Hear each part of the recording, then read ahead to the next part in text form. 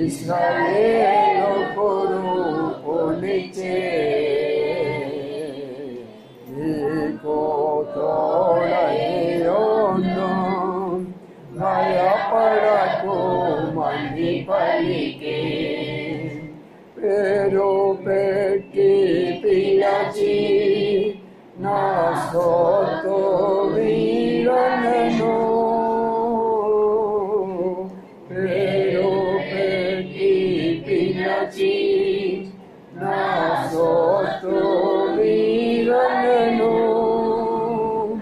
నా సొత్తు వీరనను స్తుతించు స్తుతించు ప్రభు యేసునే స్తుతించు స్తుతించు స్తుతించు ప్రభు యేసునే స్తుతించు ప్రేమించి నన్ను రక్షించే స్తుతి చెల్లించి పూజింతో తన రూపమునకు నీచే ఆరాధించి కన్నపరతో ప్రేమించి నన్ను రక్షించే స్తుతి చెల్లించి పూజింతో తన రూపమునకు నీచే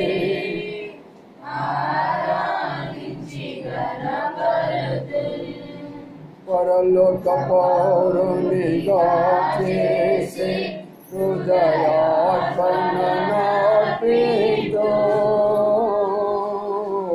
పరలోక పౌరునిగా చేసే హృదయార్పణనార్పితో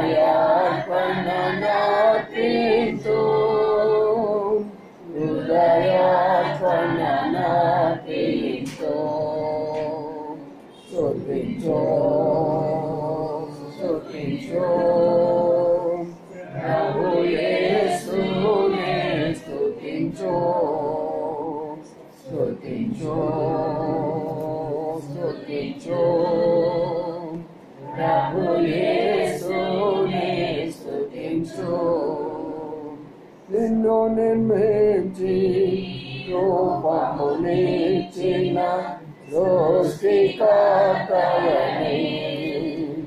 నిన్ను నిర్మించి రూపమునిచ్చిన సృష్టికర్తయని జీవపుదాతాయని నీ రక్షణకర్తయని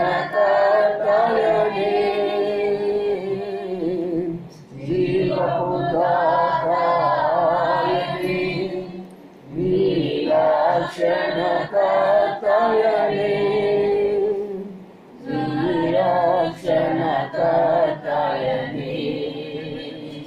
స్తుతించు స్తుతించు ప్రభు యేసునే స్తుతించు స్తుతించు స్తుతించు ప్రభు యేసునే స్తుతించు. ప్రార్థన చేసుకుందాం. ప్రేమల మా పరలోక తండ్రి, నమ్మకాన్ని మా దేవానికి స్తోత్రాలు చెల్లించుకుంటున్నాం. రాత్రి కాల సమయంలో మా ప్రియ సహోదరు యొక్క గృహంలో చేరి మిమ్మల్ని స్తుతించే భాగ్యం మాకు అనుగ్రహించారు. మీకు స్తోత్రాలు. దాని తండ్రి మా ప్రభా అదే కాలం ఆరాధన సమయాన్ని ఎంతో ఆశీర్వాదకరంగా ఉంచారు. ప్రభా సాయంకాలం గృహంలో ధరించిన మా ప్రభా యొక్క గృహ పరిచర్యను బట్టి మీకు స్తోత్రాలు చెల్లించుకుంటున్నాం.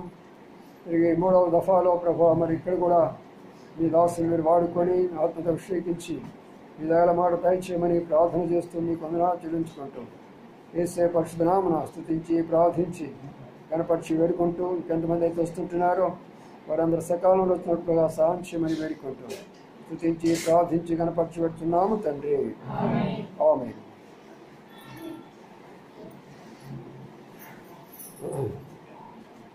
తిమోతి ఎక్కడ ఉన్నాడు? తిమోతి రెండు సమయంలో కుమార్ చదువుకుందాం.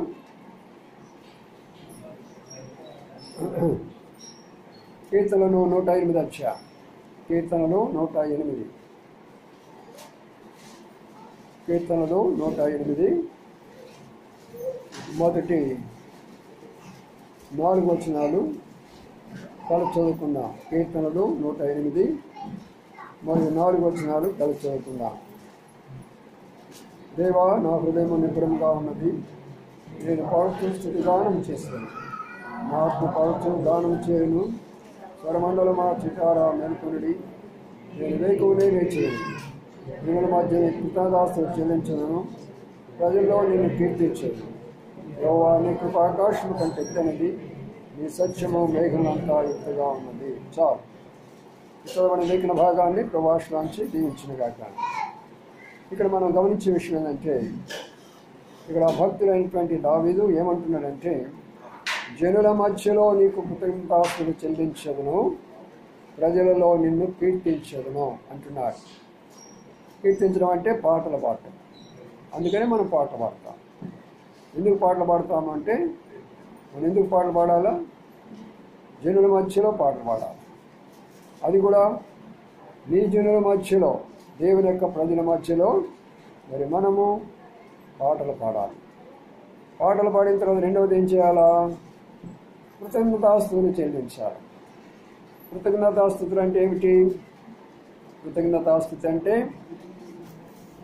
దేవుడు మన కొరకై ఈ 12 నెలలలో ఆయన ఏమైతే మన కుటుంబం కొరకై చేసినాడో, ఆ కుటుంబంలో ఆయన ఏమైతే మనకు చక్కని యొక్క తోడ్పాటు మనకి ఇచ్చాడో, వాటిని బట్టి ప్రభువా, నీవిచ్చినటువంటి ఈ యొక్క సంవత్సరం అంతా కూడా మమ్మల్ని జ్ఞాపకం చేసుకొని మరి మా ఈ యొక్క 12 నెలల్లో మమ్మల్ని ప్రవేశపెట్టారు.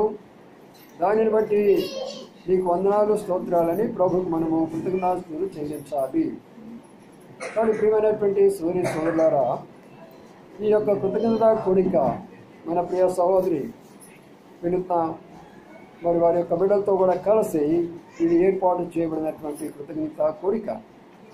అందుకని ఈ యొక్క కృతజ్ఞత కోరికలో మొట్టమొదటిగా మనం పాటలు పాడుతూ వచ్చాం. అమ్మ, అంత దూరం అంత నేను అరవలేను, కొంచెం ముందుకు రాని. మైక్ పట్టలేదు ఇక్కడికి ఈరోజు.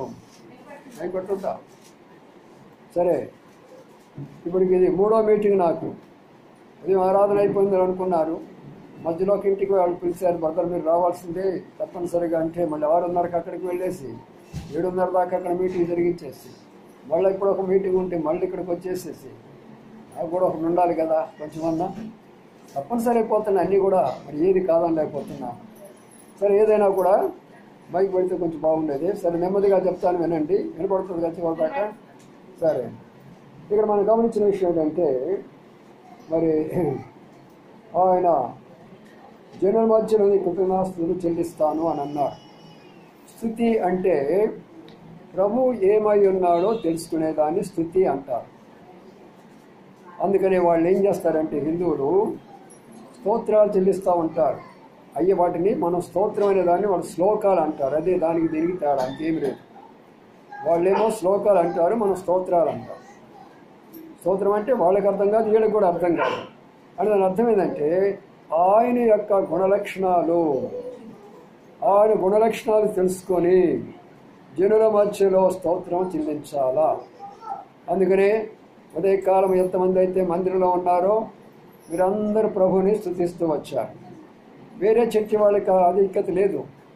వాళ్ళు పాస్టర్ గారే చేస్తాడు, వాళ్ళ పాస్టర్ గారే ప్రార్థన చేస్తారు. కానీ మీకు అవకాశం ఇచ్చే చర్చలు చాలా తక్కువ. మనం ప్రతి ఒక్కరిని కృతజ్ఞతాస్తుతులు చెల్లిస్తే ఆ దేవుడు ఎంతో సంతోషపడతాడు. ఇప్పుడు ఎంతమంది అయితే చర్చిలో కూర్చున్నారో లేక ఇక్కడ కూర్చున్నారో వాళ్ళందరికీ దేవుడు మేలు చేశారు కదా. ఒకరే మరి చెప్తే ఎలాగూ ఎవరికి ఏ మేలు చేశారో అది వాళ్ళు కానీ నోటితో చెప్తూ ఉంటే ఇతరులకు కూడా అది ఎంతో ప్రభావితంగా ఉంటుంది. అవునా, వాళ్ళకి అసహాయం చేశాడా, అది మనకెందుకు సహాయం చేయకూడదు? మనకు కూడా సహాయం చేస్తాడు. మనం కూడా అలాంటి ఆరాధనలకు ఎందుకు వెళ్ళకూడదు? అలాంటి ఆరాధన మనం ఎందుకు చేసుకోకూడదు? వీళ్ళారా, అది గొప్ప సత్యం మనకి. అందుకనే జనుల మధ్యలో నీకు కృతజ్ఞతాస్తుతులు చెల్లిస్తానంటే, స్తుతి అంటే ఆయన మనకి ఏమై ఉన్నాడు అనేది స్తుతి. ఆయన ఏమై ఉన్నాడు? ఇప్పుడు క్రిస్మస్ అయిపోద్ది కదా, ఏమై ఉన్నాడు ఆయన? ఏమయ్యాడు క్రిస్మస్?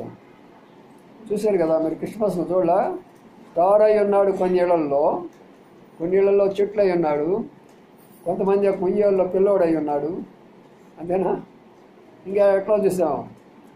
కానీ ఆయన అలాగా ఉండడు. ఎలా ఉంటున్నాడు చూడండి. ఆయన ఎలా కనపడుతున్నాడంటే, యెహోవా నీ కృప ఆకాశము కంటే ఎత్తైనది. ఆయన కృప కలిగినటువంటి దేవుడుగా కనబడుతుంటున్నాడు.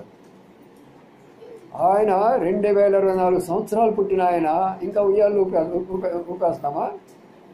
వేలిపాటలు పాడుకుంటా ఉందామా? మరి ఆయన మనం ఎలాగో చూడాలి. ఇప్పుడు మన కుమారుడు పుట్టాడు, మన కుమార్తె పుట్టారు. చిన్నపిల్లలు ఉన్నప్పుడు మనం ఏం చేస్తాం? బుజ్జి చిట్టి చిట్టి అంటూ ఉంటాం కదా. పెద్దవాళ్ళు అయిపోయిన తర్వాత ఏం చేస్తాం? ఇంకా చిట్టి పుట్టి అనాలా? మనం ఎలాగ చూడాలా? యవనస్తుల్లాగా చూడాలా? పెద్దవాళ్ళంగా చూడాలా వాళ్ళని. కాబట్టి మన ప్రభువును ఎల్లవేళలా ఏదో చిన్నపిల్లవాడిని చూడటం కాదు, ఆయన నాకు తండ్రిగా చూడాలా, ఆయన నాకు కాపరిగా చూడాలా, ఆయన నాకు నాయకుడిగా చూడాలా, ఆయన నాకు దేవుడిగా చూడాలా, ఆయన నాకు ప్రభుగా చూడాలా. అంత స్థాయిలోకి మనం ఎదగాలి. అందుకని ఎదిగినటువంటి వాళ్ళు ఏం చేస్తారంటే ప్రభువును స్తుతిస్తారు. వాళ్ళు ఎదిగినటువంటి వాళ్ళు ప్రభువును స్తుతిస్తారు ప్రియులారా. అందుకనే ఆయన కృప ఈ కుటుంబానికి దేవుడిచ్చాడు. ఇంటికి దేవుని యొక్క కృప ఉన్నది ఇక్కడ. ఈ సంవత్సరం అంతా కూడా ఆ కృప వారికి ఇచ్చాడు కాబట్టి అందుని బట్టి కృతజ్ఞతాస్తుతులు చెల్లిస్తూ ఉంటున్నారు. అసలు కృప అంటే అర్థం ఏంటి? కృప అంటే అర్థం ఏంటంటే, మనము దానికి అర్హులము కాకపోయినప్పటికీ, మనము దానికి యోగ్యత లేకపోయినప్పటికీ మనకిచ్చేటటువంటి యొక్క సహాయాన్నే కృప అంటారు. అర్థమైందా? మనం ఏ సహాయం పొందడానికి మనకు అర్హత లేదో ఆ సహాయాన్ని మనం పొందడమే కృప అంటారు. దానిని కృపామయుడు. పాటలైతే పాడతారు కానీ అర్థమైతే చెప్పరు వాళ్ళు. కాబట్టి మనం ఎలాంటి దానికి ఆజితగలైపోయినప్పుడు దేవుడు మనకి ఇస్తున్నాడు. ఇద్దరు స్నేహితులు, వాళ్ళిద్దరు బాగా చక్కగా చదువుకున్నారు. ఒకరు పాస్ అయినారు, ఒకరు ఫెయిల్ అయిపోయినారు. పాస్ అయినటువంటి ఆయన ఒక ఉన్నతమైన స్థానంలోకి వెళ్ళేసి ఒక ఆఫీసర్ అయిపోయినాడు. ఫెయిల్ అయిపోయినటువంటి ఆయన ఉద్యోగం లేదు, ఏమీ లేదు పాపం. మరి ఎవరు కూడా ఏ సహాయం చేయలేని పరిస్థితుల్లో ఒక రోడ్డు మీద నుండి వచ్చిపోయేవాళ్ళని, అయ్యా నాకు సహాయం చేయండి, అయ్యా నాకు సహాయం చేయండి అంటున్నాడు. అప్పుడు ఈయన కారులో వెళుతున్నాడు ఒక ఆఫీసర్గా, ఆయన స్నేహితుడే కారులో వెళుతున్నాడు ఆఫీసర్గా. ఆయన చూశాడు, అరే ఎవరు? నా చిన్ననాటి స్నేహితుడే, మేమిద్దరం ఒకే స్కూల్లో ఒకే కాలేజీ చదువుకున్నామే, ఏంటి ఇట్లున్నాడు అని అక్కడ కారు ఆఫ్ చేసేసి ఏంటి నువ్వు ఇక్కడ ఎందుకున్నావు, నీ పరిస్థితి ఏంటి అంటే, ఏం లేదు, నువ్వు పాస్ అయినావు, మంచి ఉన్నతమైన స్థానానికి పోయావు, మరి నేనైతే నేను ఫెయిల్ అయిపోయినాను, నా స్థాయి ఇట్లయిపోయింది, నేను ఏం చేసుకునే స్థితిలో ఉన్నాను అన్నాడు. అప్పుడు అలాగనా, నీవు నా స్నేహితుడు కాబట్టి నేను నిన్ను మర్చిపోలేను అని చెప్పేసి వెంటనే తన దగ్గర ఉన్నటువంటి యొక్క మరి చెక్ బుక్ తీసుకొని కొన్ని వేల రూపాయల చెక్కు దాని మీద రాసేసి తన చేతికి ఇచ్చేశాడు. ఇప్పుడు ఆ డబ్బు తీసుకొని వెళ్ళి ఆయన జీవితాన్ని, ఆయన కుటుంబాన్ని పోషించుకోవడానికి సహాయపడుతూ వచ్చాడు. ఇప్పుడు చెప్పండి, తను ఎంత అర్హత ఉన్నదా? అంత చెక్కు తీసుకునే అర్హత తనకున్నదా? లేదు. అది ప్రేమ. దేవుడు కూడా అలాంటి ప్రేమే మనకిచ్చాడు. ఆ ప్రేమను పొందేదానికే పరలోకాన్ని విడిచిపెట్టాడు. ఆ ప్రేమను మనకిచ్చేదానికే దేవదూతలను విడిచిపెట్టాడు. ఆ ప్రేమను మనకిచ్చేదాని కొరకే మహిమను విడిచిపెట్టేశాడు. కేవలం ఒక మానవుడిగా జన్మించాడు. ఎంతోమంది ఆయనను దేవుడా దేవుడా దేవుడా అంటారే కానీ తండ్రి అనే వాళ్ళు లేనే లేరు. ఎన్నో చర్చలు నేను చూస్తున్నాను, అన్ని చర్చలో దేవుడా దేవుడా దేవుడా అంటారు. వాళ్ళంతా హిందువులు. దేవుడా దేవుడు అనే వాళ్ళు హిందువులు. మనం ఏమనాలా? తండ్రి అనాలా. అవునా కదా? యోహాను 1:12 ఏముంది? దాన్ని అందరు అంగీకరించినారో వారందరికీ ఆయన కుమారుడు అయ్యేదానికి, ఆయన కుమార్తె అయ్యేదానికి అధికారం ఇచ్చాడు. We are the children of God, we are the sons and daughters of God. దేవునికి కుమారులు మీ కుమార్తెలను మనము. వాళ్ళు వెళ్తారు, మొక్కుబడి చేసుకుంటారు, ఆ తర్వాత వస్తూ ఉంటారు, ఏదో జరిగిస్తూ ఉంటారు వాళ్ళు. మనకి అలా కాదు, మన దేవుడు మనకు తండ్రిగా ఉండాలని కోరుతున్నారు. అందుకనే ఈ కుటుంబంలో చేసిన మేళ్ళన్నిటి బట్టి ప్రభువునంతో స్తుతిస్తూ ఘనపరుస్తూ మనమందరూ కూడా పాటల ద్వారా ప్రభువుని మహిమపరుస్తూ వచ్చాం. అయితే ప్రియులారా, ఇప్పుడు మనం కృతజ్ఞతాస్తులు చెల్లించాలన్నప్పుడు కృతజ్ఞత అంటే మనము చేసినటువంటి యొక్క మరి భౌతికమైనటువంటి వాటి విషయంలో దేవుడు మనకి ఎలాగా సహాయపడుతూ వచ్చాడో, మన కష్టాల్లో ఉన్నప్పుడు, బాధలో ఉన్నప్పుడు, వ్యాధుల్లో ఉన్నప్పుడు, రోగాల్లో ఉన్నప్పుడు, నిస్సాస్థితిలో ఉన్నప్పుడు, ఒంటరిగా ఉన్నప్పుడు ఎలాంటి అవకాశాలు, ఎలాంటి వారిని పంపించి మనలను ఆదుకున్నాడో, మనను ఆదరించారో, మనకు సహాయపడినారో, అందుకనే దానికి మనం కృతజ్ఞులై ఉండాలి. ఇంత ఉంటుంది కృతజ్ఞతాస్థుతులు అంటే. ఈ దర్శనము మరి ప్రపంచంలో దైవజనుడైనటువంటి భక్సింగ్ గారికి దేవుడు అనుగ్రహించాడు. ఆయన బైబిల్ చించేసినప్పటికీ, క్రైస్తవులను దూషించినప్పటికీ, క్రైస్తవుల దగ్గరికి వస్తే ఒప్పుకునేవాడు కాదు. ఆయన సిక్కు మతం కొరకు ఆయన ప్రాణం పెట్టేవాడు. అలాంటి వానికి దేవుని స్వరం విన్న తర్వాత ఈ దర్శనాన్ని ఆయనకి ఇచ్చాడు. కాబట్టి ఆ దర్శనంలో ఈనాడు ప్రపంచంలో ఉన్నటువంటి వేలాది సంఘాల్లో మనొకరుగా ప్రభు మనకి ఆ దర్శనాన్ని అనుగ్రహించాడు. అందుకని ప్రియులారా, కృతజ్ఞతాస్తుతులు ఎందుకు మరి ఈ కృతజ్ఞత కొడికి పట్టవలసి వచ్చింది? ఈ కృతజ్ఞత కొడికి ఎందుకంటే, అయ్యా ఈ 12 మాసాలు నన్ను నా బిడ్డలను చక్కగా కాపాడుతూ వచ్చాం, అనేక వ్యాధివాదాల నుంచి తప్పిస్తూ వచ్చాం, అనేక కష్టాలు శ్రమల నుండి తప్పిస్తూ వచ్చాం. అందుకని కృతజ్ఞురాలునై ఉండి నేను ఈ కృతజ్ఞత కొడుకుని పెడుతున్నానని ఆ యొక్క కొడుకును ఏర్పాటు చేయబడుతున్నాను. అందుకనే ప్రియమైన సోదరి సోదరులారా, మన జీవితంలో మనం నేర్చుకోవాల్సిందంటే, ఎప్పుడు నువ్వు ప్రభువుకు కృతజ్ఞుడై ఉంటావో ప్రభు యొక్క దృష్టి ఎప్పుడు నీ మీదే ఉంటుంది, నీ బిడ్డల మీదే ఉంటుంది. మన దృష్టి ఎప్పుడైతే ప్రభు మీద ఉంటుందో ప్రభు దృష్టి ఎప్పుడు మన మీదే ఉంటుంది. ఇది బాగా గుర్తుపెట్టుకోండి. ఎక్కడైనా సరే, ఎలాంటి కష్ట పరిస్థితులు అయినా సరే ఆ దృష్టి అలాగా వారి మీదే ఉంటుంది. దేవుడు అలాంటి యొక్క కాపుదల భద్రత అనుగ్రహిస్తారన్నమాట. చూసారా? కాబట్టి ఈ రాత్రికాల సమయంలో ఈ కుటుంబాన్ని ప్రభు ఎలాగా మార్చినాడు, ఎలాంటి కార్యాలు చేశాడో మరొక ఉదాహరణ ద్వారా మనము ధ్యానించుకొని ప్రభుని స్తుతిస్తాం. రండి, యోహాను సువార్తలోకి వెళదాం. యోహాను సువార్త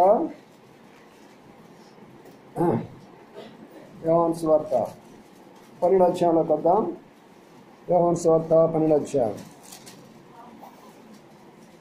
చదవండి, మొదటి నుంచి ఒకరు 1వ వచనం నుండి.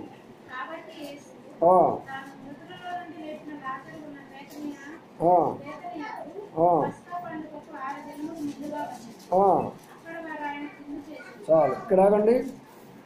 ఇక్కడ గమనించిన మాట ఏంటంటే, ఎవరింటికి వచ్చాడంట? లాజరు ఉన్న బేతనియకు పస్కా పండుగకు 6 దినాల ముందు వచ్చారు. అక్కడ ఒక కుటుంబంలో ప్రభువు యేసుక్రీస్తు వారు వచ్చారు. బాగా అర్థం చేసుకో ప్రయత్నం చేయండి. ఏమైనా ధనవంతులా వీళ్ళు? ఏమైనా కోటీశ్వర్లా వీళ్ళు? బేతన్ అనే చిన్న గ్రామం. ఆ చిన్న గ్రామంలో 2 అక్కా చెల్లెళ్ళు. మరి వాళ్ళకు ఒక తమ్ముడు ఉన్నారు. వాళ్ళ అమ్మ నాన్నగారు ఉన్నారు లేదు తెలియదు, రాయబడలేదు. వాళ్ళు ముగ్గురే ఉండేవాళ్ళు ఆ బేతనీ గ్రామంలో. అలాంటి గ్రామానికి ప్రభు అయినటువంటి యేసుక్రీస్తు వెళ్ళవలసిన అవసరం ఏమొచ్చింది? చాలామంది అనుకుంటారు కదా, అమ్మో దేవుడు మా ఇంటికి వస్తాడా, మా ఇంటికి అలా. అందుకనే నేను చెప్పేది ఏంటంటే, ఎవరు దీనురాలై నా మాట వింటారో వాళ్ళ గృహాలకు నేను వస్తాను. నేను ఏ రూపంలో వస్తానో నీకు తెలీదు. నా రూపాలు రకరకాల రూపాలు. ఒక ఆయన అంట క్రిస్మస్ బాగా తయారైపోయినారంట. తయారైపోయి మరి నేను వచ్చిన వాళ్ళకి అందరికి కూడా మరి మంచి ఇది పెడతాను అది పెడతానని రకరకాల వంటలు కూడా తయారు చేశారంట. పడుకొని నిద్రపోతుంటే రాత్రి కూడా దేవుడు ఆయనకి ప్రత్యక్షమై కలలో మాట చెప్పాడంట, రేపు నేను ఇంటికి రాబోతున్నాను, రేపు నేను ఇంటికి వస్తాను, మరి నువ్వు నా కొరకే సిద్ధపరిచావు ఇయ్యమని చెప్పాడంట. అంటే అప్పుడు ఆయన ఆలోచన చేసి ప్రభు వస్తాడంట రేపు మనకి మంచి కేక్ తయారు చేసి పెట్టు, స్వీట్ తయారు చేసి పెట్టేసి అది తయారు చేసి బాగా చేసి పెట్టారంట. ఉదయాన్నే పాప ఒక ఆయన వణుకుంటూ చినిగిపోయినటువంటి వస్త్రాలు వేసుకొని ఆ ఇంటికి వచ్చి, అయ్యా ఆకలి అవుతుందయ్యా కొంచెం పడతావా అని అంటాడు. వీడెవర్రా బాబు, దేవుడు వస్తాడని నేను ఇవన్నీ తయారు చేశాను, నేను వీడు వచ్చాడు ఇప్పుడు, ఉదయాన్నే ఎందుకు వచ్చాను, నువ్వు తర్వాత రా పెడతా పో పంపించేశాడు. ఇంకా ఈయన ఎదురు చూస్తున్నాడు, ప్రభు వస్తాడు అని చెప్పేసి. ఇంకా కొంచెం తర్వాత అయిపోయిన తర్వాత ఒక చిన్న పిల్లోడు వచ్చాడు, ఒక చిన్న బాలుడు వచ్చి తలుపు కొట్టాడు. అంకుల్ ఆకలి అవుతుంది, నాకు కొంచెం పెడతావా అన్నావు, చాలా ఆకలి అవుతుంది అంకుల్ అంటే, రేయ్ నీకు అమ్మా నాయన లేరు, ఎందుకు వచ్చావు ఇక్కడికి పో అని అన్నాడు. సరే అదే అయిపోయింది. ఇంకా రాలేదే దేవుడు, మా ఇంటికి ఇంకా రాలేదే దేవుడు, వినపడుతుందమ్మా, ఇంకా రాలేదని ఎదురు చూస్తున్నాడు. పాపకు వృద్ధురాలు మరి ఎవరు లేనటువంటిగా దిక్కు లేనటువంటి రీతిగా వచ్చిందంట ఇంటికి. వచ్చేసినప్పుడు, అయ్యా ఆకలి అవుతుందయ్యా, నాకు కొంచెం ఆకలి పెడతావా, కొంచెం అన్నం పెట్టయ్యా, మధ్యాహ్నం అవుతుందయ్యా అంటే, అమ్మా నీకు పెడతాను కానీ ఇప్పుడే పెట్టను, మా ఇంటికి గెస్ట్లు వస్తారు, వాళ్ళు బాగా పెట్టిన తర్వాత మిగిలింది నీకు పెడతాను లేపో అన్నాడంట. ఇక చూస్తూ ఉన్నాడు. సాయంకాలం దాకా రాలా. వండినన్నీ అలాగనే ఉన్నాయి. అప్పుడు ఏం చేయాలా? ప్రభు వస్తానన్నాడే రాలేదే, ఏం చేద్దాం ఇంట్లో అందరూ కూడా అనుకుంటారు, ఏం చేద్దామండి ఆయన రాలేదు, మరి ఇప్పుడు ఏం చేద్దాం, ఇవన్నీ ఏం చేద్దాం, ఎవరికొకరికి తీసుకెళ్ళి ఇచ్చేసేద్దాం అని చెప్పేసి అక్కడ ఉన్నటువంటి అనావసరణాలు తీసుకెళ్ళి అదంతా కూడా ఇచ్చేసారంట. వచ్చిన తర్వాత పడుకొని బైబిల్ చదువుకొని పడుకొని ఈ రీతిగా, తండ్రి మా ఇంటికి వస్తానని చెప్పేవే క్రిస్మస్కి, ఎందుకు రాలేదయ్యా, నేను లడ్లు చేసి పెట్టాను, పరోటాలు చేసి పెట్టాను, మంచి చేసి పెట్టానయ్యా, నువ్వు ఎందుకు రాలేదయ్యా అని అంటేను, కుమారుడా నేను ఇంటికి వచ్చాను, నన్ను తోలేసేసావు, నేను నీ ఇంటికి వచ్చాను, నన్ను ఉదయాన్నే వచ్చాను, ఆకలితో వచ్చాను, నువ్వెప్పుడు వచ్చావు ప్రభా? ఒక వృద్ధుడు రాలేదా నీ ఇంటికి? అవును వచ్చాడు, అదే నా రూపము. అవునా? రెండవది మధ్యాహ్నం కూడా ఒక చిన్న బాలుడి రూపంగా వచ్చానే, బాలుడికైనా పెట్టావు నువ్వు కొంచెము? అవునా? ఒక స్త్రీ రూపంలో కూడా నీకు కనబడుతూ వచ్చానే, అవునా? ఏమైనా సోదరులారా, దేవుడు అంటే ఇంత తెల్లని వస్త్రాలు వేసుకొని, రెక్కలన్నీ వేసుకొని, కిరీటం పెట్టుకొని దగదగమిచ్చినట్టు సినిమాలో చూపించినట్టు రాడు ఆయన. అందుకంటాడు మత్తయి సువార్త 8వ అధ్యాయంలో ఏమంటాడు తెలిసిన, ఈ పేదవాళ్ళకి, ఈ అనాథులకి, ఈ దిక్కులేని వాళ్ళకి మీరు పెట్టారు కాబట్టి, అల్పమైనటువంటి నా సహోదరులు మీరు పెట్టారు కాబట్టి, ఎవరికి పెట్టినట్టు? నాకు పెట్టినట్టు. మీరు ఎవరికి పెట్టినట్టు చెప్పండి? నాకు పెట్టినట్టు. కాబట్టి ఈ రాత్రికాల సమయంలో మన గృహాలకు ప్రభు వస్తాడు. మీ అందరు పిలుచుకునే బాధ్యత మీది. ఎందుకు ఉదాహరణకు చెప్తున్నానంటే, ఇక్కడ కూర్చున్నా మీరు అందరూ కూడా అర్థం చేసుకోనండి. సంఘాలు, చర్చీలు, పాస్టులు అవన్నీ చూసుకుంటే మోసపోతారు. వాడి ద్వారా మన పరలోకం రాదు.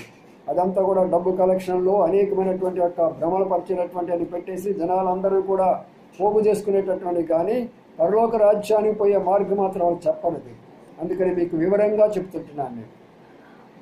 మేము ఒక కాలేజీ లెక్చరర్గా ఉన్నప్పుడు, ప్రభువా పాస్టర్లు ఎంతోమంది ఉన్నప్పుడు నేను ఎందుకయ్యా నీకంటే, వాళ్ళు ఏది చెప్పలేకపోతున్నారో నువ్వు చెప్పాలి, అందుకొరకే నువ్వు రిజైన్ చేసి రమ్మంటే నేను వచ్చి సత్యాలు చెప్తున్నాను. మీ దగ్గరకు వస్తే మీకు ఈ విషయాలు చెప్తాను. విగ్రహారాధికుల దగ్గరికి పోయినప్పుడు వారికి కావాల్సినటువంటి విధానంలో వారికి చెప్పడానికి ప్రభు సహాయపడుతూ వస్తున్నాడు. కాబట్టి ఈ సత్యాలు అర్థం చేసుకోనండి. మీరు అర్థం చేసుకొని, ప్రభువా నా ఇంటికి కూడా మీరు రండి అయ్యా. మరియా మార్త ఇంటికి వచ్చినప్పుడు నా ఇంటికి ఎందుకు రాకూడదు మీరు? ప్రభు వచ్చితే ప్రభు ఒంటరిగా రాడు. ఎలాగొస్తాడు తెలిసినా? ఆయన శిష్యులతో వస్తాడు. ఆయన ఎప్పుడు కూడా ఒంటరిగా రాడు. ఆయన వచ్చాడంటే ఆయన శిష్య బృందం ఉంటుంది అక్కడ. ప్రియమైన సోదరులారా, బాగా అర్థం చేసుకోవచ్చు విషయం ఏంటంటే, ఎప్పుడైతే ప్రభు అక్కడ వస్తాడో ఆ యొక్క ప్రభు బిడ్డలందరూ అక్కడ ఉంటారు. ఎంత ఆశీర్వాదకరం! ఎంతో ఇరుగ్గా ఉన్నది, బాగానే ఉంది, మంచిదే. అది ప్రభు ఏమన్నా తెలుసా? ఇరుకు మార్గం ప్రవేశించ పోరాడు. మనం ఏం చేస్తాము? అపార్ట్మెంట్ ఎక్కేసి అక్కడ ఒక టెంట్ వేసేద్దామా? విశాలంగా కూర్చోవచ్చు కదా. ఇప్పుడు ఏమవుతుంది? అడిపోయే వాళ్ళు చూడొచ్చు, ఇడిపోయే వాళ్ళు చూడొచ్చు, మైకులు వస్తే వినొచ్చు, ఆ బయట అన్నీ కూడా చూసుకుంటా ఉండవచ్చు కదా. అందుకనే చెప్పాడు ప్రభు ఇరుకు మార్గంలో వెళ్ళడం అనేది. కాబట్టి ఇక్కడ ఉన్నటువంటి అర్థం ఏంటంటే, ప్రభు ఆ ఇంటికి వచ్చాడు. ప్రభు ఆ ఇంటికి వచ్చినప్పుడు ఒక గ్రామంలో అది కూడా మరియా మార్త ఒక పేద, వాళ్ళకి ఒక కుమారుడు, వాళ్ళ ఇంటికి వచ్చినప్పుడు మన ఇంటికి రాడా ప్రభు? ఎందుకు వచ్చాడు అంటే, ఆ ఇంటిలో 3 గుణాలు ఉన్నాయి. ఆ 3 గుణాల గురించి చెప్తాను ఈరోజు మన మీటింగ్లో, మీకు అర్థమైపోతుంది. రండి లూకాసు వార్తలోకి వెళ్ళిపోదాం. 10వ అధ్యాయం, లూకాసు వార్త 10వ అధ్యాయంలోకి వెళ్దాము. ఆ 3 గుణాలు కానీ మన ఇంట్లో ఉంటే ప్రభు మన ఇంట్లోకే వస్తాడు, లేకపోతే మన ఇంట్లోకి రమ్మన్నా కూడా ఆయన రాడు. 10వ అధ్యాయంలోకి వద్దాం. లూకాసు వార్త 10వ అధ్యాయం చదవండి. 38వ వచనం నుండి 38.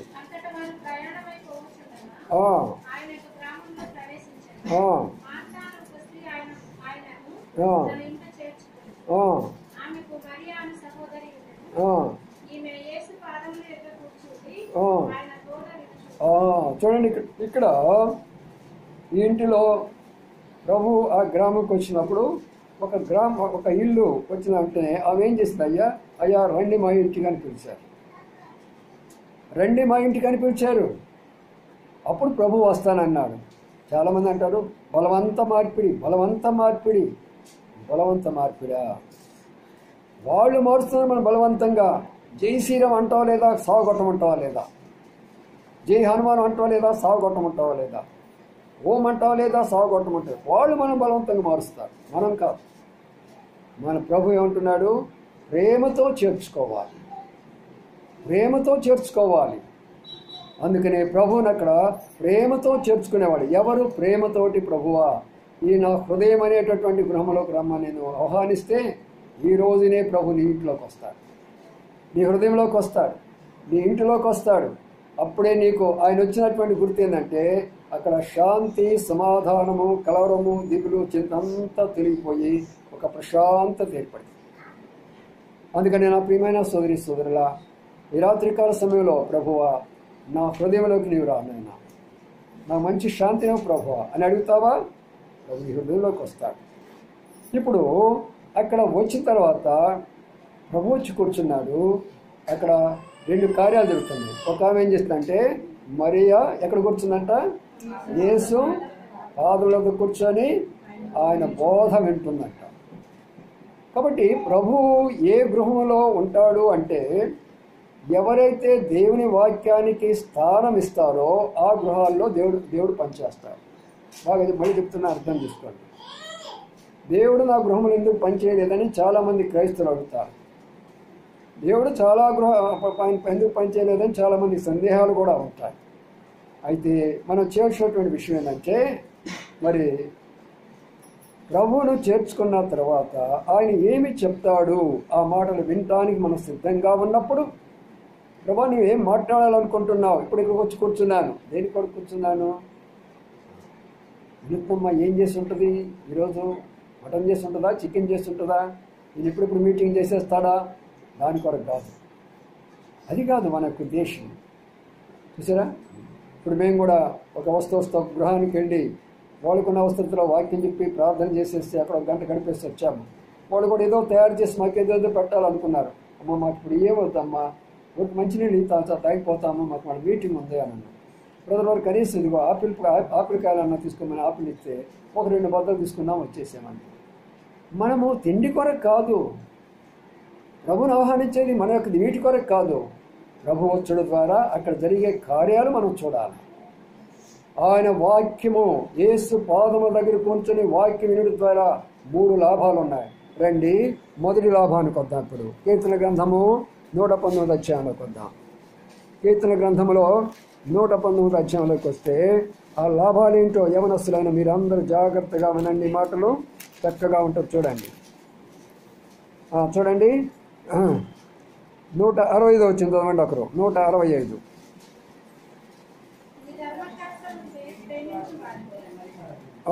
నీ ధర్మశాస్త్రము ప్రేమించు వారికి ఎంతో నెమ్మది కలదు. అంటే అర్థమైందా ఇప్పుడు నేను చెప్పిన మాట?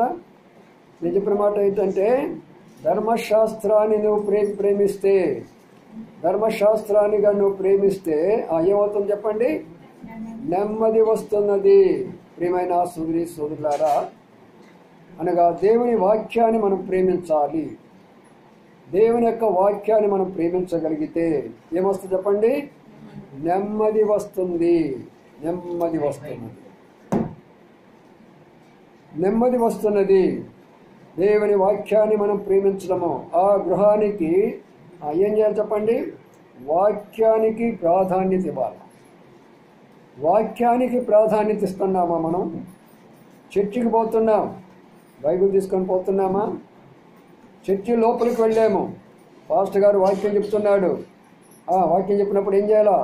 వాక్యాన్ని మనం ఇక్కడ చదివిస్తూ ఉంటాం. ఎందుకంటే అందరూ అది చూడాలని. అక్కడ వాళ్ళు చూడరు, చీర కట్టుకుంటారు, అటు చూస్తారు, ఇటు చూస్తారు.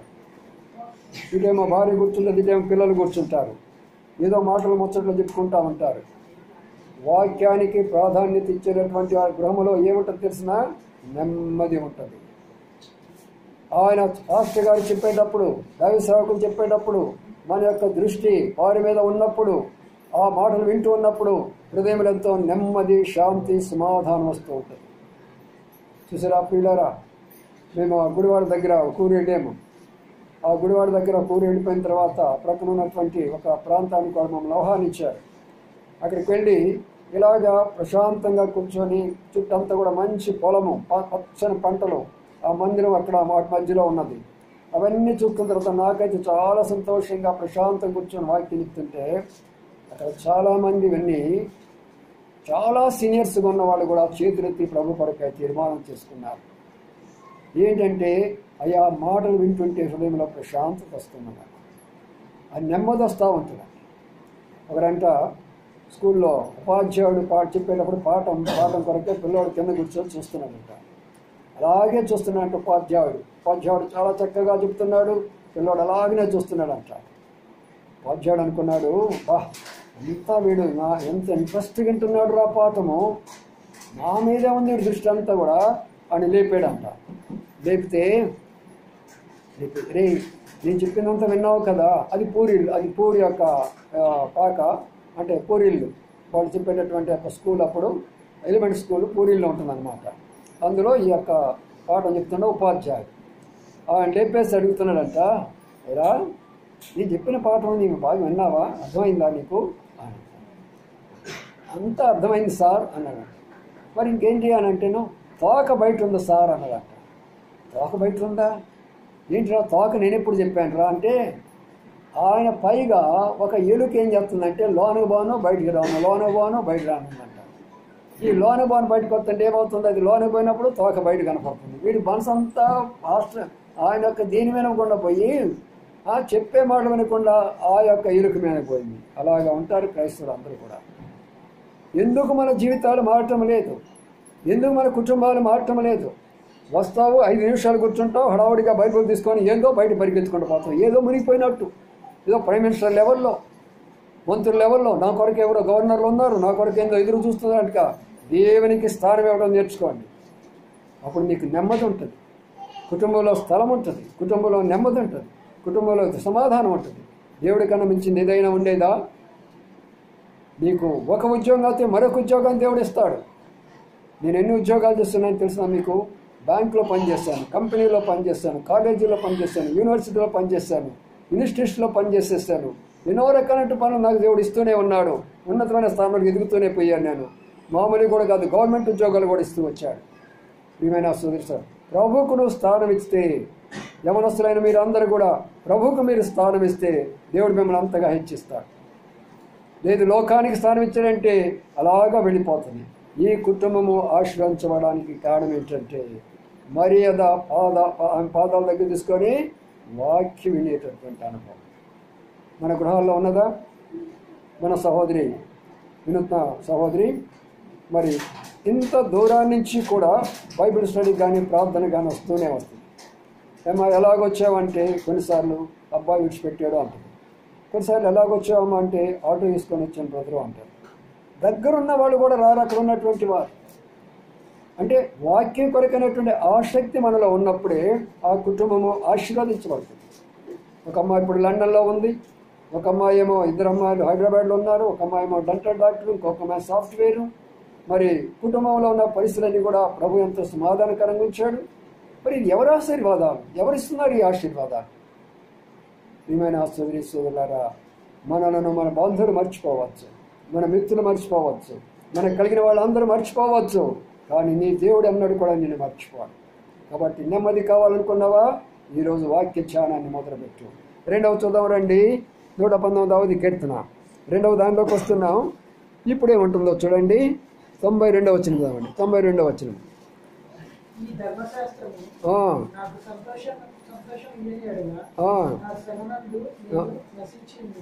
చూడండి ఏమిస్తుందంట, రెండవది దేవుని వాక్యం ఏమిస్తుంది? సంతోషం ఇస్తుంది. సంతోషం ఇస్తుంది. దేవుని వాక్యాన్ని ఎంతగా ధ్యానిస్తావో అంత సంతోషం ఉంటుంది. చూసారా, రాత్రి 1 గంట దాకా వాక్య ధ్యానాన్ని నేను ధ్యానించాను. ఎందుకంటే ఈరోజు మీకు ఎన్నో విషయాలు చెప్పాను కదా. ఈ కొత్త సంవత్సరం పండుగలు ఏంటి, క్రిస్మస్ పండుగలు ఏంటి, ఎన్ని పండుగలు బైబిల్లో ఉన్నాయి, అసలు పండుగలు అంటే ఏమిటి అన్నీ కూడా వివరంగా చెప్పాను కదా సంఘంలో. వాటి కొరకే రాత్రి 1 గంట దాకా కష్టపడ్డాను. మళ్ళీ ఉదయకాలం లేచి మళ్ళీ 10 గంటల వరకు మీ దగ్గరికి వచ్చేంత వరకు వాక్యం ధ్యానం చేస్తూ వచ్చాను. మళ్ళీ 3 గంటలకు వచ్చి మరి భోజనం చేసేవారంటే వాళ్ళు వచ్చేసి, బ్రదర్ మీరు మాకు రేపు నేను వెళ్ళిపోతున్నాను, నాకు వాళ్ళు నా బ్యాంకుకి వెళ్ళాల్సిన పని ఉంది, రేపు నేను ఉన్నాను బ్రదరు, మీరు ఇంటి పరిస్థితిలో రావాలని అన్నారు. మళ్ళీ వాళ్ళ కొరకే వాక్యాన్ని ధ్యానించుకొని మరి అక్కడికి వెళ్ళి వాడి గృహంలో 6:30కి వెళ్ళి వాక్యం నుంచి 7:30 దాకా అక్కడ చేస్తూ వచ్చాను. మళ్ళీ ఇక్కడికి రావచ్చు, మళ్ళీ వాక్యం రావాలంటే ఎంత ధ్యానం కావాలో చూడండి, ఎంత ధ్యానం కావాలి. ఎందుకంటే ఈ ధ్యానంలో ప్రభు మనకు సంతోషం ఇస్తారు. సణుగుడు గొడుగులు కాదు, మనకు ప్రభువే మనకు సంతోషం కావాలన్నవారు బైబిల్ చదవండి చక్కగా, మీ భాషలోనే మీకు ఇచ్చాడు. మీకు అర్థం కానటువంటి భాష కాదు బైబిల్ అంటే, ప్రతి ఒక్కరికి అర్థమయ్యే భాషలో ఇచ్చాడు. ఏ భాషలోనే మీరు చదువుకోవచ్చు, అది అర్థమయ్యే రీతిగా ప్రభు మీకు సహాయం చేస్తాడు. ఎవరు సంతోషం కావాలనుకుంటున్నారో వాక్యాన్ని ప్రాధాన్యత ఇవ్వండి. మరి అలాగా చేసిన ద్వారా నీ కుటుంబంలో నెమ్మది ఉంటుంది, నీ కుటుంబంలో రెండవదిగా సమాధానం ఉంటుంది. మూడవ దానికి వద్దాం రండి, అదే 119వ కీర్తనలో 3వది ఏమంటాడో చూద్దాం రండి. 100వ వచనం చదవండి. 100 నీ ఉపదేశము నేను లక్ష్యము చేస్తున్నాను, కావున వృద్ధుల కంటే నాకు ఏమంటున్నాడండి? వృద్ధులు ఏమంటారంటే వాళ్ళ దగ్గర మాట్లాడాలంటే ఏమంటుంది తెలుసా? రే నా తల చూడు అంటాడు. అంటే ఏంటి దాని అర్థం? నా తల అంతా కూడా నరిసిపోయింది, అంటే నాకు జ్ఞానం పెరిగిపోయింది, నాకు నువ్వేం చెప్తావురా చిన్నోడివి అని అంటాం. అయితే ఈయన ఏమంటున్నాడు? వాళ్ళని మించినటువంటి జ్ఞానం నాకు కావాలంటే, వాళ్ళని మించినటువంటి జ్ఞానం మనం ఇక్కడ కూర్చున్న వాళ్ళకి కావాలి అంటే అప్పుడేం చేయాలి తెలిసినా? అప్పుడేం చేయాలో తెలుసా? మీరు ప్రభువా నీ వాక్యాన్ని చదువుతారు. ఇక్కడున్న వాళ్ళందరూ చెప్పగలరా? మీ అందరూ హృదయం మీద చేసుకొని చెప్పండి. మందిరానికి వస్తున్నారు, పరిచయం చేస్తున్నారు, కానీ బైబిల్ రోజు చదువుతున్నారా? చదవండి. దేవుడి జ్ఞానం ఇస్తాడు. ఈ నాగపూర్లో ఉన్నప్పుడు ఏ కాలేజీలో అయితే నేను లెక్చర్గా పనిచేస్తున్నానో ఆ కాలేజీకి ఒక స్టూడెంట్ వచ్చేవాడు. అబ్బాయి పేరు రాజు, బిఎస్సి చదివాడు. కానీ ఎక్కువ మరి పెద్ద హై క్లాస్ ఫ్యామిలీ కాదు, సామాన్యమైనటువంటి ఫ్యామిలీ. చాలా తెలివిగలవాడు. మరి బిఎస్సి చదివాడు. బిఎస్సి చదివిన తర్వాత మరి తనతో చదువుకున్నటువంటి వాళ్ళందరూ కూడా పోస్ట్ గ్రాడ్యుయేట్స్గా అయిపోయారు, మంచి ఉద్యోగాలు వచ్చేసినాయి. అప్పుడు డిగ్రీ చదివారు, ఉద్యోగాలు వచ్చేస్తూ ఉంటాయి. చాలా తెలివిగలవాడు. మరి ఏ ఉద్యోగం రావటం లేదు, పై చదువులు పంపించాలంటే వాళ్ళ నాన్నగారు ఒప్పుకోవటం లేదు. ఎందుకు ఇంత పడి చదివేలేరా, ఉద్యోగం చూసుకోమంటున్నాడు ఆయన. ఆయన క్లర్క్, ఒక ఆఫీస్లో క్లర్క్. అప్పుడు మరి నేను ఆ గృహంకి ఇలాగెళ్ళి ప్రార్థన చేసి దర్శించి ఆ కుటుంబంలోనే ప్రార్థన జరిగిస్తుంటా ఉండేవాడిని. సిన్నర్ హిల్స్ అని ఉండేది, అక్కడ వాళ్ళ ఇంట్లో ప్రార్థన జరుగుతుండేది. అబ్బాయిని చూస్తుంటే నాకు చాలా ఆశ్చర్యమైంది, ఇంత తెలివిగలవాడు, మరి ఎందుకని ఒక ఉద్యోగం రావటం లేదు, పైకి వెళ్ళలేకపోతున్నాడని నేను చెప్పేశాను. బాబు నువ్వు వస్తున్నావు కానీ మందిరానికి, నువ్వు పాపాలు ఒప్పుకున్నావా? ప్రభు కొరకే తీర్మానం చేసుకున్నావా? బైబిల్ చదువుతున్నావు కానీ తీర్మానం చేసుకున్నావా? లేదన్నయ్య. అయితే నువ్వు పని చేయను, ప్రభు కొరకు తీర్మానం చేసుకొని తర్వాత చూద్దాం ప్రభు నేను ఎట్లా వాడుకుంటాడు అన్న తర్వాత ప్రభు కొరకై తీర్మానం చేసుకున్నాడు. మీరు నమ్మండి, ప్రభు కొరకై తీర్మానం చేసుకొని తన హృదయం ఇచ్చిన తర్వాత నేను వాక్యము ఇంగ్లీష్లో చెప్తుంటే హిందీలో తర్జుమా చేసేవాడు. నేను వాక్యం ఇంగ్లీష్లో చెప్తుంటే సంఘములో కొన్ని అక్కడ ప్రజలందరి హాల్లో వాక్యం చెప్తుంటే నా ప్రక్కన నిలబడి చెప్తాడు, అన్నయ్య ఇంత స్థాయిలోకి నేను నన్ను నడిపించాడు దేవుడు నమ్ముకొని వాక్యం చదువుకోవడం ద్వారా. అంతేకాదు మీ నాన్నగారు నేను చదువుతున్నాను అన్నాడు కదా, ఒక రిటర్న్ టెస్ట్ వచ్చింది. ఆ return test bank return test వస్తే ఆ బ్యాంక్ రిటర్న్ టెస్ట్కి పోతానంటే వాడు నాన్న అన్నాడు, నేను ఎన్ని రిటర్న్ టెస్ట్లు రాస్తున్నా పాస్ కావటంలా, నేను నీకు డబ్బులు ఇవ్వను, నువ్వు ఎట్లా చేసుకుంటావు అట్లా చేసుకోమని అన్నాడు. అప్పుడు నా దగ్గరికి వచ్చాడు, అన్నయ్య కనీసం రిటర్న్ టెస్ట్ రాయాలన్నయ్య, నాకు డబ్బులు ఇవ్వని అంటున్నాడు డాడీ. విజయవాడలో నాగపూర్ నుంచి విజయవాడ వచ్చి రిటర్న్ టెస్ట్ రాయాలా. అప్పుడు నేను ప్రార్థన చేసి నేను లెక్చరర్గా ఉన్నాను కాబట్టి డబ్బులు ఇచ్చేసి రిటర్న్ టెస్ట్ రాసి రమ్మని చెప్పాను. రిటర్న్ టెస్ట్ రాసి వచ్చేసాడు. వచ్చిన తర్వాత నాగపూర్ వచ్చేసాడు.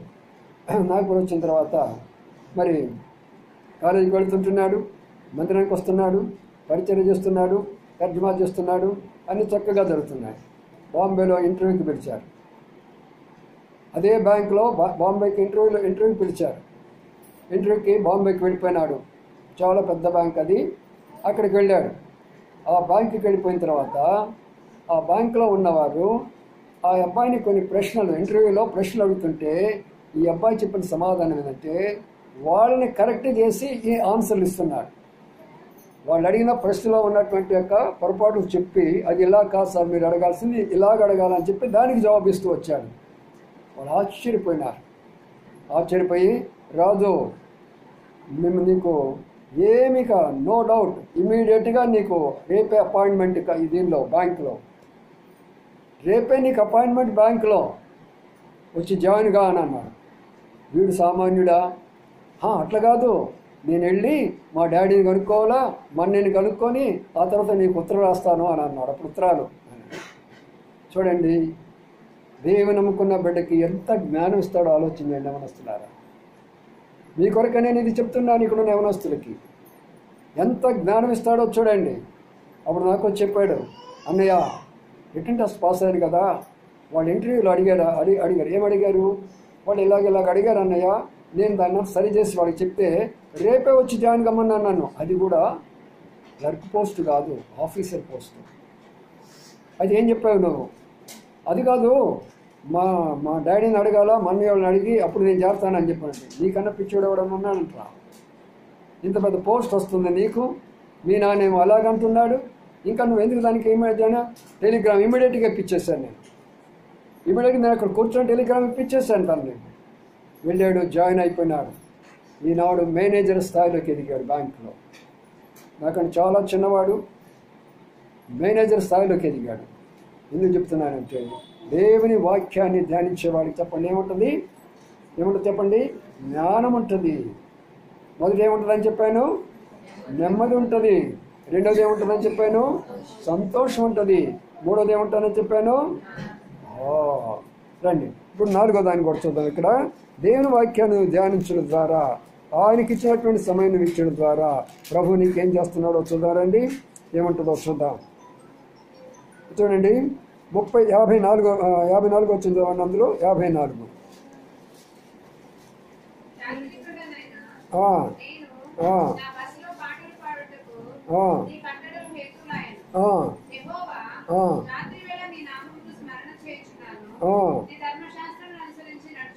చూసారు ఇప్పుడు ఏమంటున్నాడంట, యాత్రికుడున్నాయి నా బస్సులో ఏం చేస్తాడంట ఆయన దేవుని పాటలు పాడుకుంటున్నాడు. ఇప్పుడు అర్థం చేసుకోండి. అందుకనే ఆయన ఏ స్థాయిలోకి దేవుడు నడిపించాడంటే, గొర్రెలు కాసుకునే నీవు ఏం కావాలా, నా ప్రజలైన ఇశ్రాయేలుకు నిన్ను రాజుగా చేస్తున్నాను, నా ప్రజలైనటువంటి ఇశ్రాయేలుకు నిన్ను రాజుగా చేస్తున్నాను. ఏమైనా సోదరులారా ఒక్కసారి అర్థం చేసుకోనండి. ప్రభు యొక్క ఆశీర్వాద దీవెనలు రావాలంటే మొట్టమొదటిగా మరీ ఏం చేస్తున్నాడు చెప్పండి, ఆయన పాదాల దగ్గరికి వచ్చని ఆయన వాక్యం వింటూ వచ్చింది. చూసారా? సరే, ఇప్పుడు ఇంకొక విషయాన్ని చెప్దాము. ఈ విషయాన్ని కూడా జ్ఞాపకం చేసుకుందాం. రండి, లూకాసు వార్తలో పోయాం కదా. అలాగే యోహాను సువార్త 12వ అధ్యాయంలోకి వెళ్ళిపోదాం.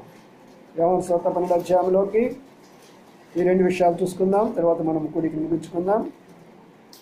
ఆకలి వాళ్ళు తిట్టుకోగాకుండా నన్ను కొంచెం ఓపిక పట్టండి. యోహాను సువార్త 12వ అధ్యాయం చదవని తర్వాత వచ్చిన ఏముందో మనం చదువుకున్న మాట చదవండి. 2వ వచనం నుంచి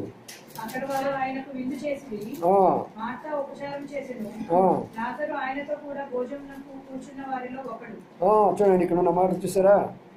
మార్త ఏం చేసిందమ్మా? ఉపచారం చేసిందంట. ఉపచారం అంటే ఏంటి? దాని అర్థము ఏంటి? దాని అర్థం ఏంటి? ఉపచారం అంటే అర్థం ఏంటి? వచ్చిన వాళ్ళకి కావాల్సినటువంటి నీళ్ళు ఇవ్వటము, వాళ్ళని ప్రేమగా పిలవటము, కూర్చోబెట్టడము, చేయటము, ఇవన్నీ కూడా చేశారట. అక్కడ అర్థం చేసుకున్నారా? ఉపచారం చేస్తుంది అన్న. లాజరు ఏం చేశాడు? ప్రక్కనే కూర్చున్నాడట. ఇప్పుడు మరి ఏం చేస్తుందో చూద్దాం రండి.